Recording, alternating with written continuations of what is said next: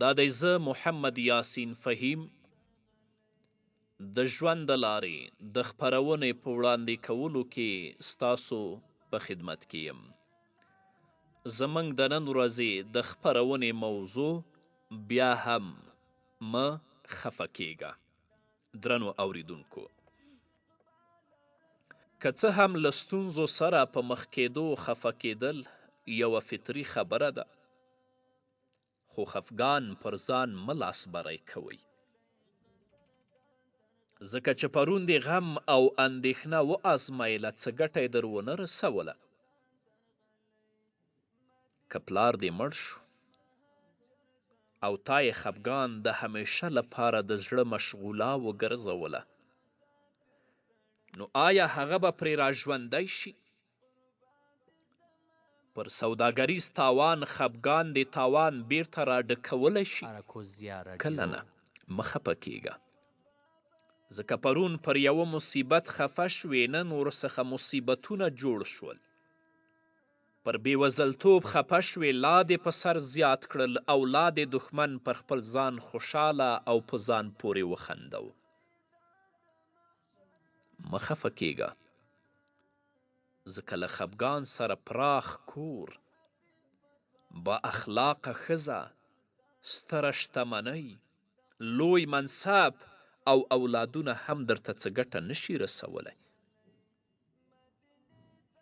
مه خفه کیږه، ځکه خفګان به درته له خوږو اوبو نه زهر، له ګلابو نه اغزي او له باغ نه به درته دښته جوړه کړي او ژوند به دې لا پسې تریخ کړي.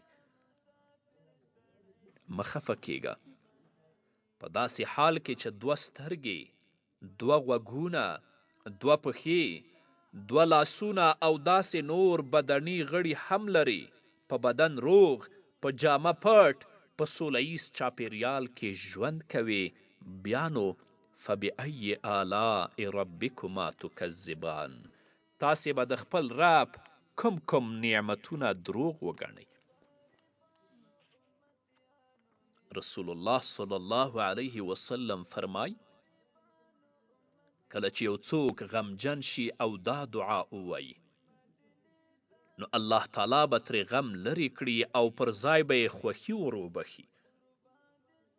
د دغه حدیث راوي عبدالله ابن مسعود رضی الله تعالی عنه وایي، صحابه و کرامو عرض وکړه چې یا رسول الله، موږ یې زده نه کړو؟ پیغمبر علیه السلام ورته وفرمیل چې هر اوریدونکی دې دغه دعا زده کړي. نو درنو اوریدونکو، چې تاسې هم اورئ، تاسو یې هم زده کړئ. کله چې غمجن شئ نو دا دعا ولولئ، الله تعالی به مو غم لرې کړي او پر ځای به الله خوشحالي او خوښي در وبخي. اللهم انی عبدک ابن عبدک ابن امتک ناصیتی بیدک ماض فی حکمک عدل فی قضاؤک أسألك بكل اسم هو لك سميت به نفسك أو أنزلته في كتابك أو علمته أحدا من خلقك أو استأثرت به في علم الغيب عندك أن تجعل القرآن ربيع قلبي ونور صدري وجلاء حزني وذهاب همي.